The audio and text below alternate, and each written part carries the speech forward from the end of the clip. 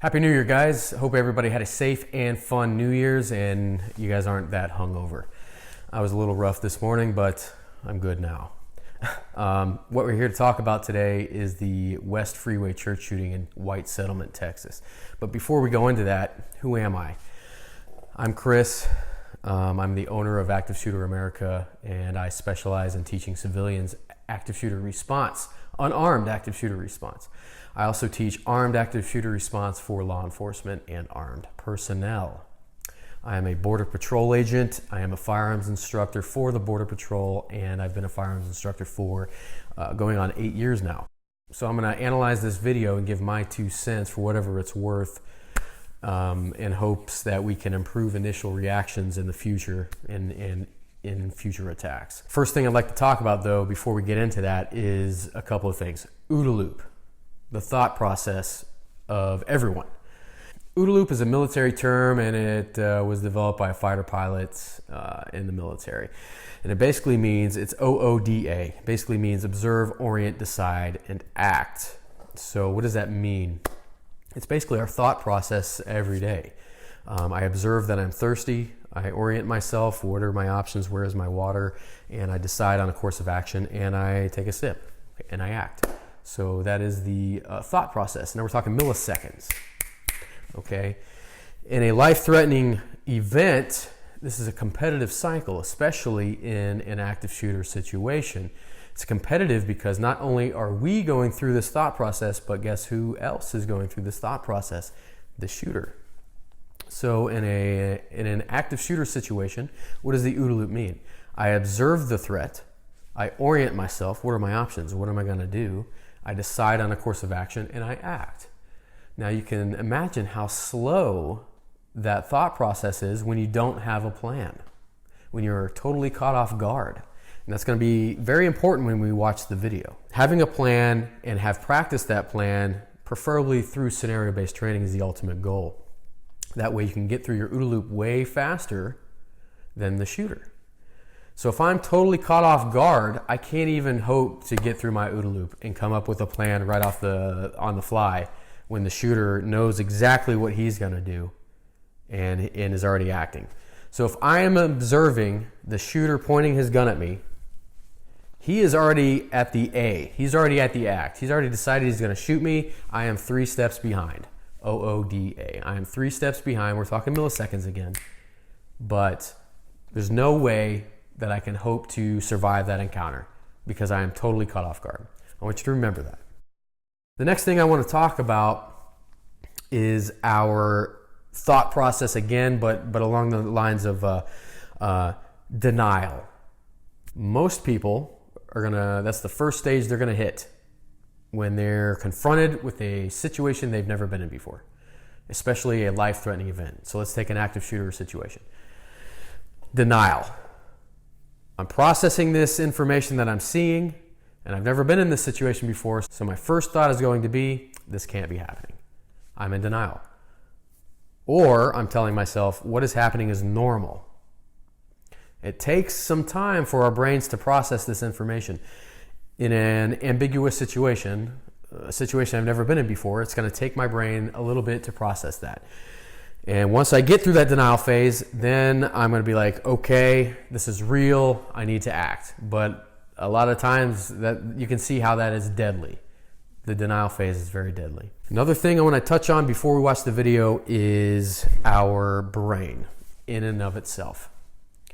For the purposes of this video, we're going to say the brain has 2 basic operating systems: the animal brain and the human brain. The human brain is our conscious mind. It's what allows us to learn, weigh options, and to develop plans, okay? But that brain does not do well under stress. In a stressful situation, a life-threatening event, there's probably no other more stressful situation than a life-threatening event. Your animal brain is going to start to take control. Your animal brain is your instincts, your survival mechanism, your subconscious. If a loud noise happens in the room you're in, your animal brain is going to set off an alarm system in the form of a startle reflex. This is involuntary. Your animal brain is going to take control, and you're going to be left with 3 options under a life-threatening situation, and that is fight, flight, or freeze, unless you have a plan that you've practiced. Okay? That's very short and sweet. Now let's go ahead and delve into the video.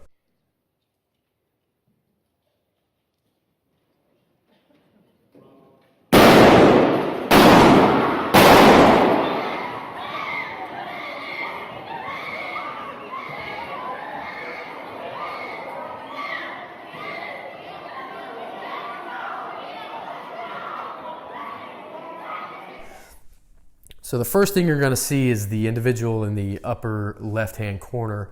He gets out of his chair and he goes and talks to the individual holding the tray. You'll see an individual to the shooter's left who is sitting down. He's watching this interaction. And he notices something's going on. He stands up and he's going for something in the back of his jacket. I believe it's a weapon. You hear the shooter say, "Drop it." I believe he's talking to this individual who is an armed security team member. And he says, "Drop it," and then he shoots him. And that person falls. And he immediately shoots the person holding the tray. That person falls. While all of this is happening, there's an individual on the far left screen who is ultimately the person that drops this shooter with an excellent shot from about 15 yards away across all the pews. Hits him right in the head, pushes his off button, he drops right away. You see him watching this interaction. After the first round goes off, he pulls his gun and you see him take aim and he drops it, right? But let's back up. Let's rewind. He pulls his shotgun and he's pointing it at the person holding the tray. What do you think's going through his mind? Everything we just talked about. OODA Loop. Denial. He's going through some form of denial. He's saying to himself, "This can't be happening." This is my opinion. He's saying, "This can't be happening." He's looking at the gun, but he's frozen. What are his options? Look at the layout. He has nowhere to go. His only option is to fight, to go for that shooter. Naturally, this is scary, and this needs to be trained. You need to train your mind and your body to be able to do this. He's frozen. He's probably in some denial, and also his OODA Loop is going a mile a minute. He's observing, he's orienting, he's deciding, what am I going to do? Unfortunately, he never gets the opportunity to act because the shooter is at the advantage. The individual to the shooter's left, he's going for his gun, but he's also going through the same process. He's observing the shooter, his shotgun. He's going through denial. Is this real? But you notice his action is a little bit quicker than the individual with the tray, isn't it? Because he's trained. He's carrying a gun. He's trained with that gun. He's thought about this. Okay. Unfortunately, though, he's not fast enough to get through either his thought process or the denial phase, and he's unfortunately shot and killed. When the first round by the bad guy shooter goes off, I want you to watch everyone in the crowd. They all flinch and startle, right? Let's back it up. First round goes off. And look at that startle reflex. That is involuntary. It's your animal brain taking control, setting off an alarm system. All these people, it is obvious, were caught off guard, completely unawares. Luckily for them, they had a system in place with armed security to handle situations like this. Speaking of armed security, the hero shooter said that they were aware of this guy. They saw him, his dress, he had a fake beard on and had some sort of headscarf. That tipped them off, so they were already watching him. Already, their OODA Loop is ahead. So they were ahead of the game, for sure. Back to the parishioners in the pews. Totally caught off guard. And I want you to watch one individual in the back. All he can do when the shot goes off is plug his ears.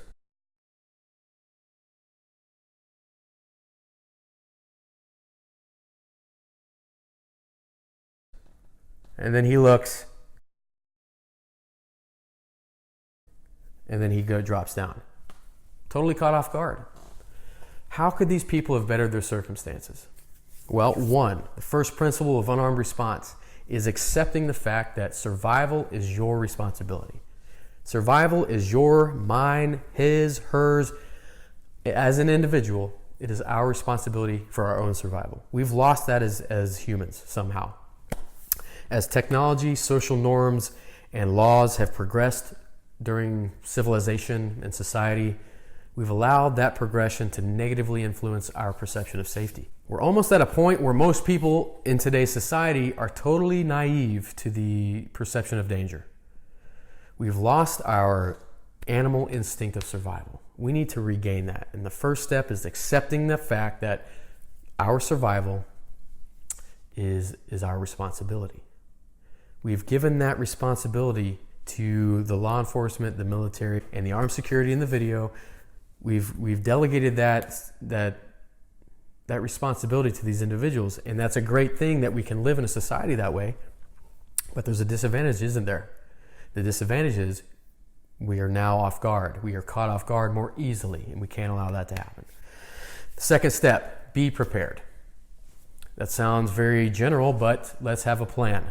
Have a plan and practice that plan in the places that we spend the most time. Home, church, school, work. Have a plan and practice that plan. That way, if the bad guy comes in, we've already have a plan for our animal brain. Remember that animal brain. We have a plan for that animal brain to draw from, and then we can act without thinking. That's the ultimate goal. In the places that we can't have a plan everywhere, we can't have a plan everywhere, let's be honest. Like a concert, the grocery store, the mall. In those places, we need to mental script. What does that mean? Mental scripting is thinking about what could happen and what-ifing the situation. That is the next best thing from having a plan. The next principle is trust your gut. No one can tell you who belongs in your area. Only you know that. Does this person belong in your home? Does this person belong at the school? Take this shooting, for example. They were onto this guy based on how he was dressed. They trusted their gut. Something is wrong with this guy. We need to confront the suspicious and out of ordinary before it's an issue.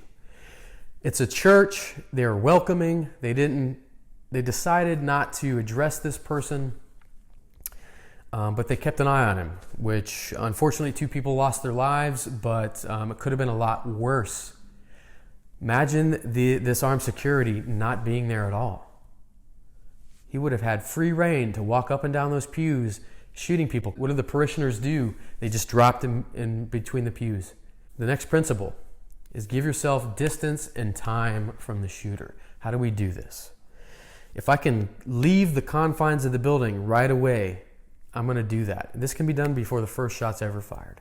If I can't leave the confines of the building, I'm going to move to give myself time from the shooter. What does that mean? Time for what? For the cavalry, the law enforcement response, the inevitable law enforcement response. How can I do that? I'm going to move into a room, lock the door, barricade, pile a bunch of junk up against the door, and try to deny that person entry into that room, or at least deter him from wanting to enter the room. In this situation, in this shooting, that really wouldn't happen because they were in a gigantic room and the shooter's already among you. The next principle, fight for your life. If the shooter is in the room and you're staring down the barrel of his gun, your only option, and I can't impress this upon you enough, is you have to fight for your life. And that was the only option for a lot of those people. Luckily, there was an individual that did take that option and dropped this guy before he could inflict other casualties. Folks, regardless of where you stand on the issue, these shooters want to kill you. Let's understand the motive. These shooters want to kill you. That's it. It's totally illogical. Understanding the whys is pointless. If they're using force needs to be applied to them to make them stop. Period. We need to accept that fact. The final principle is save who can be saved. In an active shooter situation, the worst case scenario, we can't hope to save everybody. We can only save who we can save. Which brings me to medical issues. This individual was using a shotgun and it looked like he shot these individuals center mass. There's not much you can do blood loss wise in that area, but we have to try. But anyway, having tourniquets available in every room, in every building anyway, bleeding control kits. I'm a big advocate of bleeding control kits. Every building I've ever been in, I've never seen one, which is an issue and testament to the fact that we have not grasped that first principle, survival is our responsibility, and we're also not prepared to handle these events. Anyway, that is my 2 cents. Hopefully you learned something. I know it's kind of a long video. If you have any more questions, visit my website, hit me up. I'll be happy to answer your questions. Or if you want to talk shit to me about something I said, feel free to hit me up. Anyway, Happy New Year, and let's continue to prepare and improve initial reactions so we can try to deter these things.